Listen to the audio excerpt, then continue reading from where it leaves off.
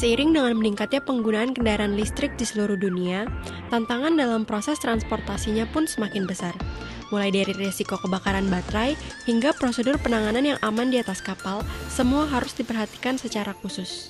Lalu, bagaimana regulasi dan standar keselamatan yang harus dipenuhi, apa saja langkah mitigasi resiko yang dapat diterapkan, dan bagaimana peran BKI dalam memastikan pengangkutan EV melalui kapal tetap aman dan sesuai dengan regulasi? Simak di Windy Ocean Podcast bersama saya, Ayumi.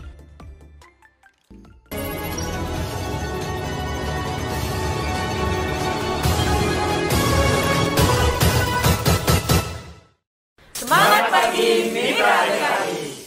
Mitra BKI, kembali lagi bersama saya Ayumi di Windy Ocean Podcast BKI. Pada hari ini, kita telah kedatangan narasumber yaitu Mas Erik yang akan membawakan topik tentang bagaimana keselamatan pengangkutan kendaraan listrik di atas kapal. Sebelumnya, Mas Erik dapat perkenalan dulu nih. Mas Erik dari divisi mana dan berapa tahun telah bekerja di BKI? Ya baik, terima kasih. Perkenalkan pendengar podcast Windy Ocean. Saya Muhammad Rizky Fitra Haryadi, biasa dipanggil Erik. Saya bekerja di divisi riset pengembangan klasifikasi dan statutory. Saya sudah hampir 9 tahun di BKI. Di BKI-nya di divisi mana, Mas? Divisi riset pengembangan klasifikasi statutory, Mbak. Oke, berarti dari awal masuk sudah di divisi riset ya? Iya. Berarti udah ahli banget nih soal riset-riset maupun dari mitigasi resiko dan lainnya.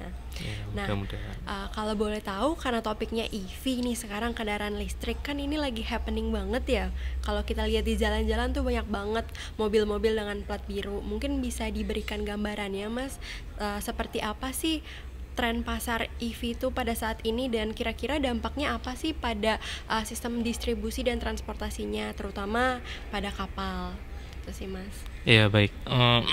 Kalau melihat dari Perpres nomor 19 tahun 2022, di mana pemerintah mencanangkan program elektrifikasi untuk kendaraan baik motor maupun mobil. Kemudian market mobil listrik di Indonesia dipenuhi dari berbagai merek, baik dari Korea maupun Cina ya. Tentunya dengan meningkatnya itu maka akan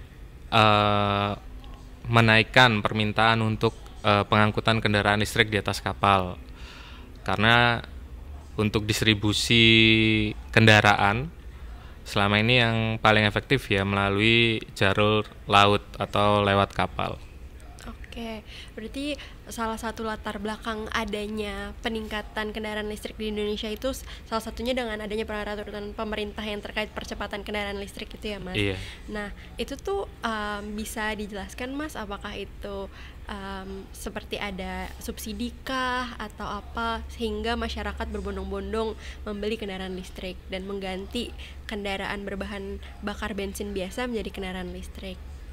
Ya, dari Perpres tersebut juga terdapat subsidi dari pemerintah, yakni pajak kendaraan mobil listrik atau motor listrik yang lebih murah dibandingkan kendaraan berbahan bakar fosil, dan juga termasuk langkah mitigasi pemerintah untuk net zero emission di tahun 2060. Oh, baik.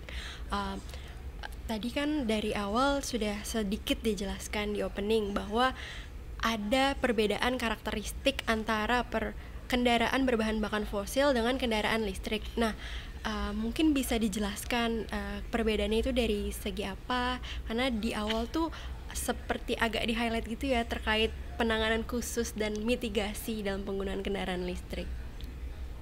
Ya, baik. Kalau untuk kendaraan listrik, terutama yang baterai electric vehicle ya, itu kan tentunya ada, karena dia merupakan teknologi baru di dunia global juga, pasti akan ada treatment yang berbeda dibandingkan dengan ICE atau internal combustion engine. Kalau di ICE bahan bakarnya pakai fosil. Kalau ini ada berbagai macam jenis baterainya, ada yang LFP, lithium ferrous phosphate, atau yang NMC, nikel mangan kobalt. Jadi untuk treatmentnya itu pemilik ataupun pabrikan tentu akan melakukan rangkaian pengujian untuk baterainya. Jadi mobil listrik itu terdiri dari baterai pack, di mana baterai pack itu terdiri dari bisa ratusan tergantung kilowatt hour-nya dari kumpulan sel-sel baterai yang disusun menjadi di baterai pack itu sendiri. Dan untuk safety-nya di baterai pack itu tentunya sudah diuji bakar, uji drop test, terus diuji kekedapan airnya juga, sehingga sangat aman untuk digunakan. Namun untuk perawatan dari kendaraan listrik itu juga harus dipastikan bahwa kita mengikuti manual book dari pabrikan. Jangan sampai kita overcharge atau over discharge. Jadi dibiarkan sampai 0% baru dicas, atau dicas semalaman tanpa dicek status statement of charge-nya dari baterai itu tersendiri. Oke, baik. Berarti secara keseluruhan kendaraan listrik ini merupakan kendaraan yang sangat aman digunakan, karena sebelum memasuki proses komersialisasi sudah dilakukan berbagai jenis tes untuk memastikan bahwa baterai itu aman. Namun karena ini adalah merupakan teknologi yang baru, maka butuh penanganan yang dapat menyesuaikan dari teknologi baru tersebut. Benar. Ya, benar. Nah, kalau boleh tahu, itu kan dari sisi komponen dalamnya ya Mas, terkait bagaimana cara memaintain baterai dan segala macam. Dalam penggunaannya, apakah seperti ada treatment khusus, misal kendaraan listrik itu tidak boleh tadi overcharge atau didiamkan. Nah, kalau dalam pengangkutannya dalam kapal itu apakah ada treatment khusus juga atau bagaimana ya Mas?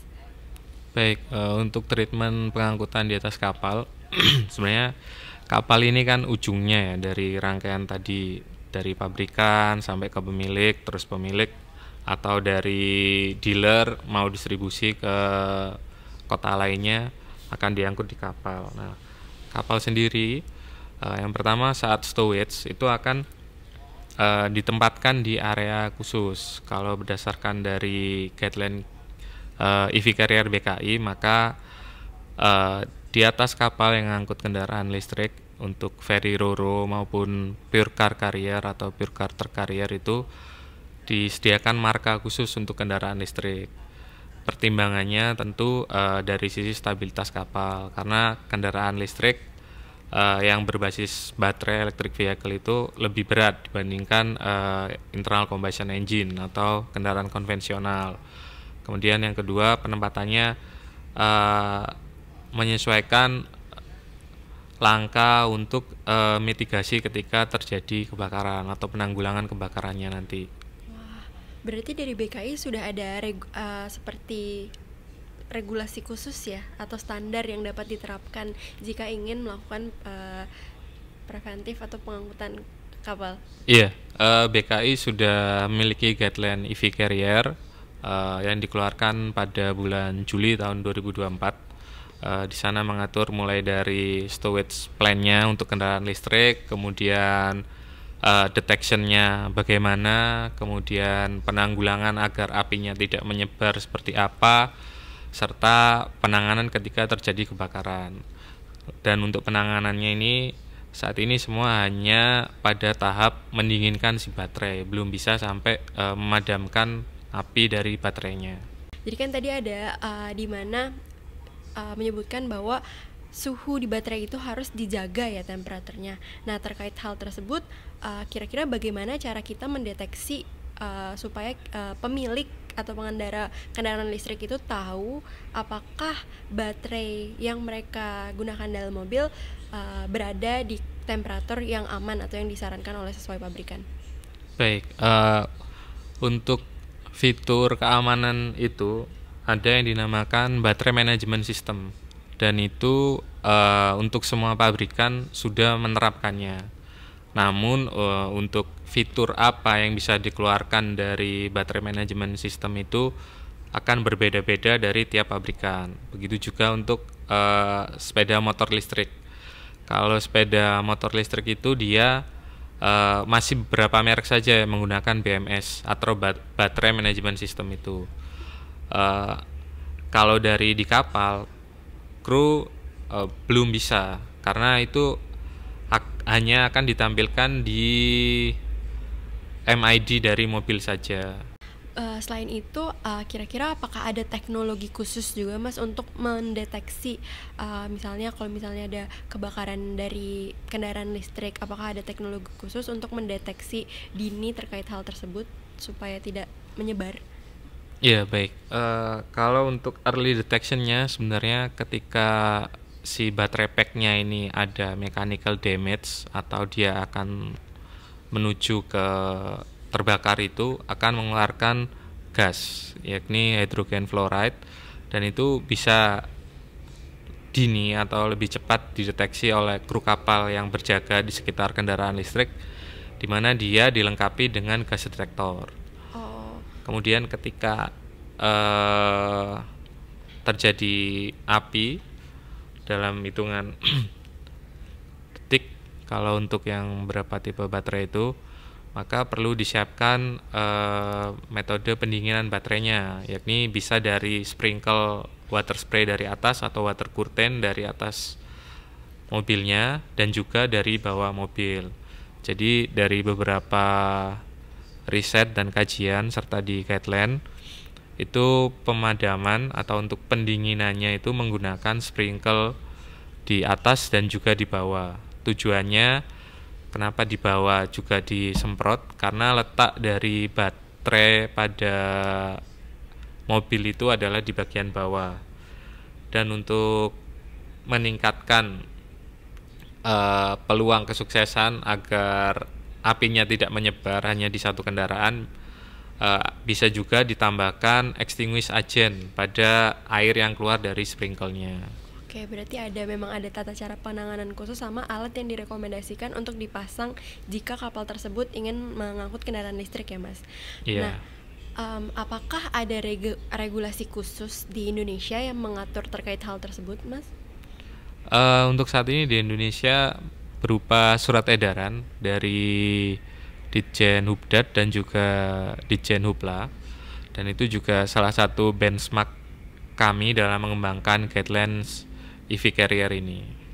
Oke, tapi apakah pemilik kapal wajib melengkapi alat pemadaman khusus itu jika ingin membawa kendaraan listrik Mas, atau bagaimana praktiknya?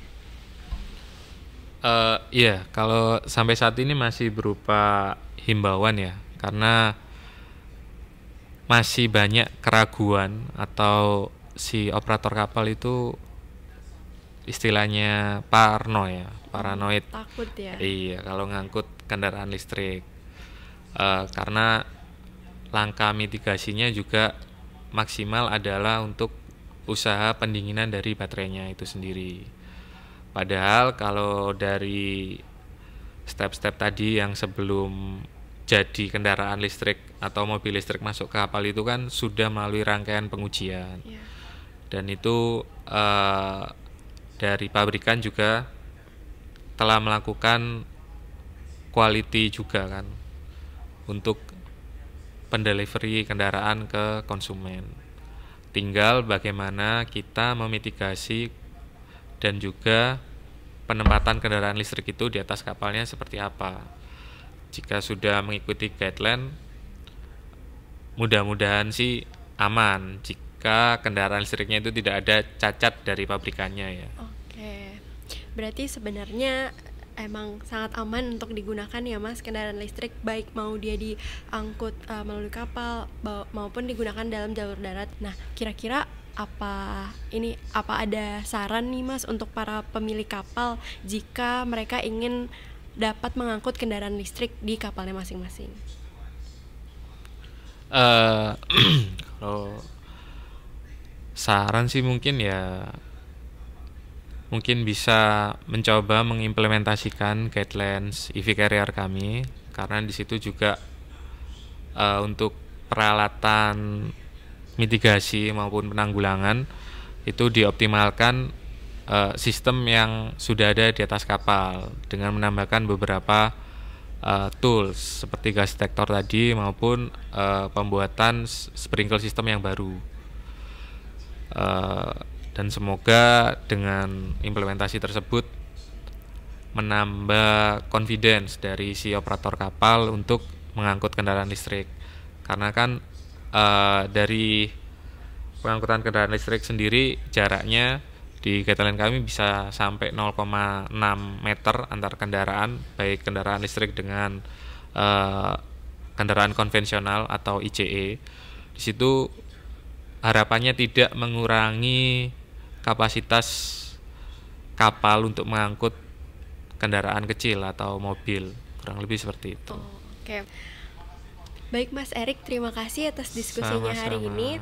Nah, Mitra BKI, dengan diskusi pada podcast kali ini kita telah menambah wawasan terkait bagaimana tata cara pengangkutan kendaraan listrik yang aman yang sesuai dengan regulasi yang ada. Nah, jika ada pertanyaan lebih lanjut terkait bagaimana tata cara pengangkutan kendaraan listrik yang aman dan efisien pada kapal, dapat langsung menghubungi kami di email cs@bki.co.id.